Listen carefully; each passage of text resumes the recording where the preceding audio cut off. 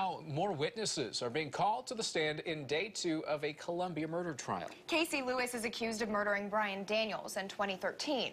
Witnesses claim Lewis was hired to kill Daniels by James Thompson, who was just convicted in the case last month. Multiple witnesses have taken the stand, including the Boone County Medical Examiner and Columbia police detectives.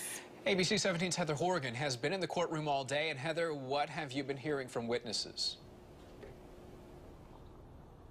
Well, Daniel, so far 29 witnesses have been called to the stand by the state. The focus today, though, really has been about James Thompson and Brian Daniels' relationship. Not much has been discussed about Casey Lewis until right now. The latest witness on the stand is Joe Jackson. He's with the Columbia Police Department. He was actually the first person to question Casey Lewis about Daniels' murder in Oklahoma.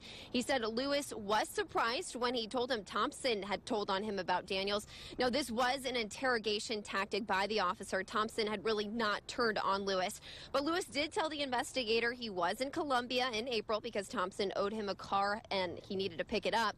He also said he left town at midnight on April 9th. But the state pointed out cell phone records show Lewis's phone was still in Columbia until 4 in the morning. Lewis's statements to police that day did not match what other witnesses say happened. The detective on the stand right now also said just a couple of minutes ago that Lewis complimented him on his good detective work regarding this case.